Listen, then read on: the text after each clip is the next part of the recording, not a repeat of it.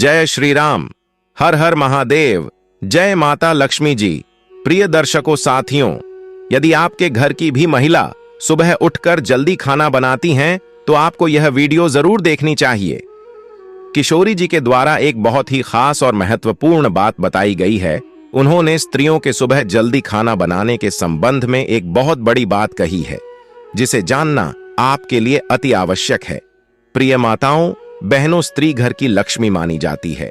शास्त्रों के अनुसार स्त्री को धन का अभी दूसरा रूप माना जाता है, क्योंकि जिस घर की महिला सदैव प्रसन्न रहती है उसे घर में मां लक्ष्मी का वास होता है। बंधुओं, किशोरी जी ने एक छोटी सी कहानी के माध्यम से बताया है, जिसे जानना आपके लिए बहुत ही ज्यादा महत्वपूर्ण है कि जिसके घर की महिला सुबह जल्दी खाना बनाती है और यह 5 महत्वपूर्ण काम रोज करती है तो उस घर में क्यों स्वयं माता लक्ष्मी जी वास करती है।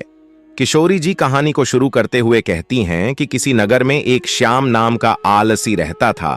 वह इतना आलसी था कि खटिया पर जिस तरह करवट लेता उसी करवट लेता रह जाता। करवट बदलने में भी उसे परेशानी नजर आती थी। पत्नी बेचारी जब किसी काम के लिए कहती तभी वह करवट बदलता और पत्नी की तरफ पीठ फेर कर पड़ा रहता। उसकी आदतों को देखते हुए पत्नी को विश्वास हो गया कि वह कभी कुछ न करेगा। एक दिन पत्नी ने बड़े प्रेम से उसे समझाया। बोली, मैं जानती हूं कि तुम्हें खटिया से उठने में कष्ट होता है, किंतु इस तरह एक ही करवट लेते रहने से भी आदमी नाकारा हो जाता है। बाहर नहीं जाना चाहते हो तो खटिया पर बैठे बैठे ही कुछ करते रहो। तब वह श्याम सोचने लगा, ऐसा कौन सा काम है जिसे खटिया पर बैठे बैठे ही किया जा सकता है। कुछ देर बाद उसकी समझ में बात आई।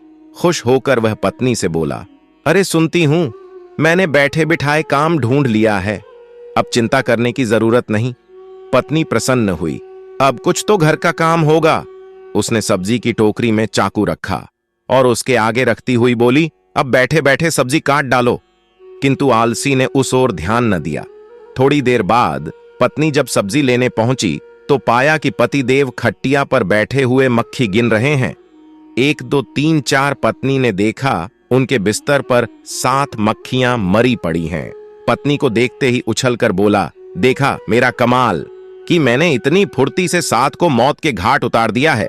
अब देखना है कि पूरे दिन में कितनी मार सकता हूं आलसी। महाराज को अब यही धुन सवार हो गई। उसे जहां मक्खी दिखती वहीं फट से हाथ मार देता।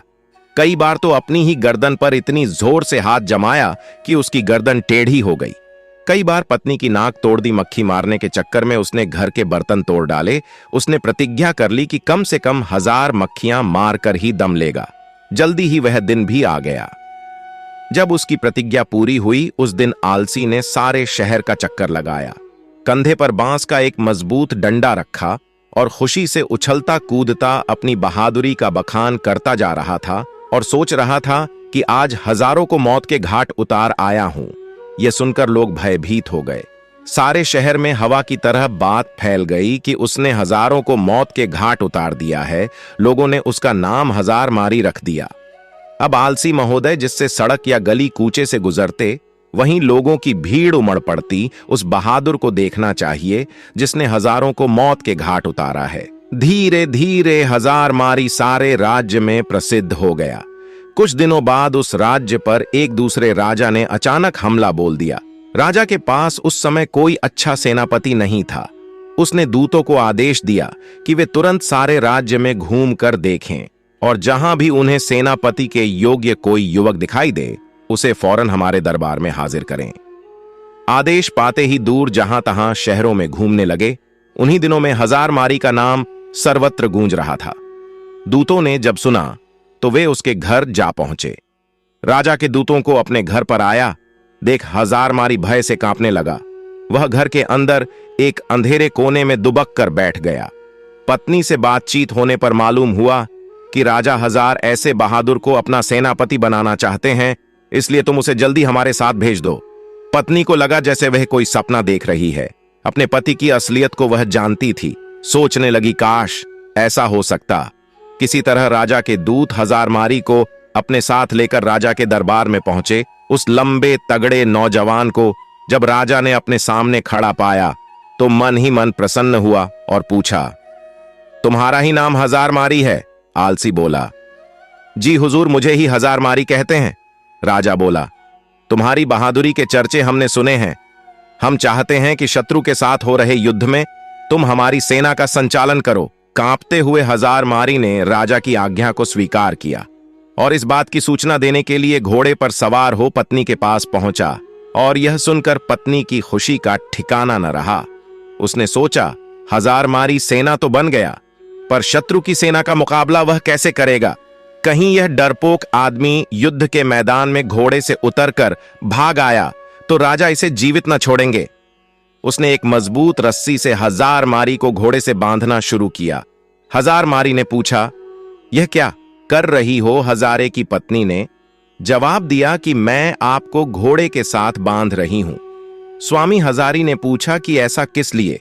पत्नी ने जवाब दिया, इसलिए आपको घोड़े से बांध रही हूं कि कहीं आप लड़ाई के लिए उतावले होकर घोड़े से कूद पड़े और पैदल ही न लड़ने लगे।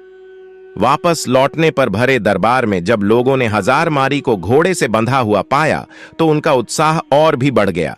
ऐसा वीर सेनापति दूसरा कौन हो सकता है? तब सेना युद्ध के लिए तैयार थी।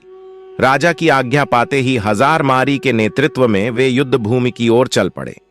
शत्रु की सेना को जब मालूम हुआ कि एक बड़ी फौज के साथ हजार मारी मुकाबला करने चल पड़ा है तो उनके योद्धाओं का धैर्य टूट गया। उन्होंने सुना था कि हजार मारी अकेला ही हजारे को मार गिराता है। यह नाम सुनते ही बड़े बड़े योद्धाओं के होश उड़ गए। उन्हें साक्षात अपनी मृत्यु नजर आने लगी। हजार मारी की सेना का उत्साह आसमान को छू रहा था।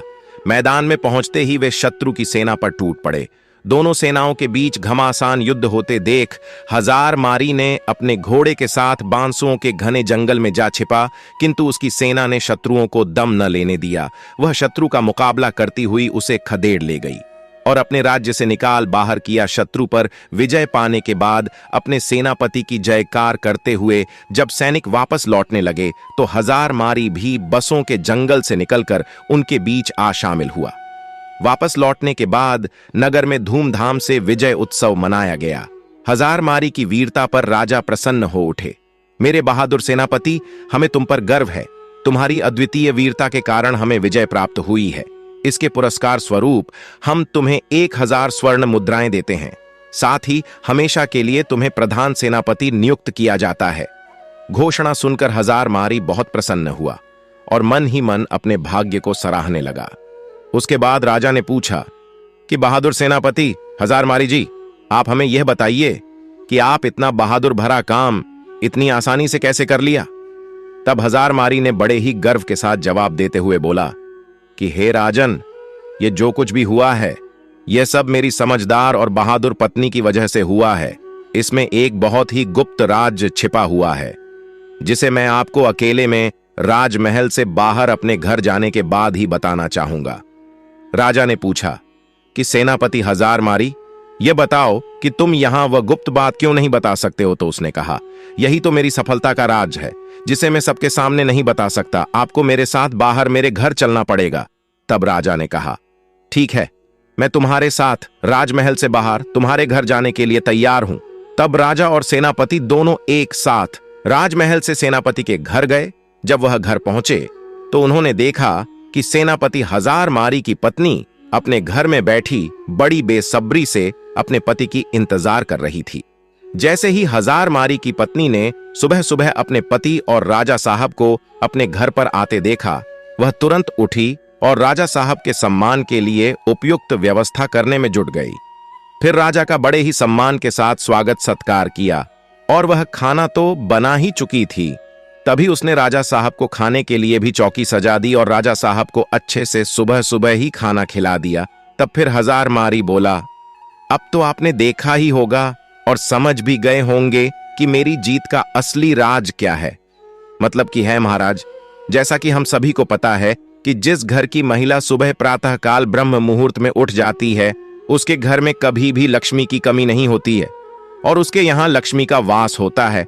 और वही जिस घर में कोई महिला सुबह सुबह जल्दी खाना बनाती है उसे घर की तरक्की बिल्कुल पक्की है, क्योंकि राजा साहब और हम सभी लोग यहाँ जानते हैं कि जिस घर में सुबह जल्दी खाना बन जाएगा तो उसे घर की तरक्की इस तरह से होती है जैसे कि यदि सुबह जल्दी खाना बनेगा तो घर के बच्चे जल्दी से स्कूल के लिए भी चले जाएंगे। और यदि कोई व्यक्ति कहीं ऑफिस में काम करता है या फिर किसी को कोई जरूरी काम है, तो वह घर से कभी भी खाली पेट नहीं जाएगा। वह कहीं भी खाना खाने की बात जा सकता है और अपना पूरा काम पूरी लगन और मन से कर सकता है। तो सुबह सुबह जो भी स्त्री जल्दी खाना बना लेती है, उसके घर में तरक्की होना बिल्कुल तय है। हजारमारी ने फिर राजा साहब से जो भी उसके जीवन में अपनी पत्नी के प्रति सहायता की बातें जितनी भी थीं और वह युद्ध में किस प्रकार से जीता था, यह सब राजा साहब को पूरी कहानी बता देता है। तब राजा साहब यह सब जानने के बाद कहते हैं, आपने बिल्कुल सही कहा सेनापति जी। जिस घर की महिला सुबह जल्दी ब्रह्मा मुहूर्त में उठकर के सारे घर के कार्य कर लेगी और सुबह जल्दी खाना बना लेगी, उसे घर की तरक्की तो बिल्कुल तय है। उसके बाद राजा साहब ने हजारमारी की पत्नी को ढेर सारी अशर्फियां और जवाहर से सम्मानित किया। तो प्रिय दर्शकों, आपको यह अच्छी तरह से समझ में आ गया होगा कि किसी भी घर की तरक्की के लिए महिला का योगदान सर्वोपरि होता है। और किसी ने कहा भी है कि किसी भी कामयाब व्यक्ति के पीछे किसी महिला का हाथ जरूर होता है, और घर की महिला यदि चाहें तो घर को स्वर्ग बन सकती है। तो आशा करते हैं ये वीडियो आपको अच्छी लगी होगी। यदि वीडियो अच्छी लगी है तो इस वीडियो को लाइक और चैनल को जरूर सब्सक्राइब कर लीजिएगा। जय माता लक्ष्मी, जय सीताराम। स्वस्थ रहें, सुरक्षित रहें। धन्यवाद।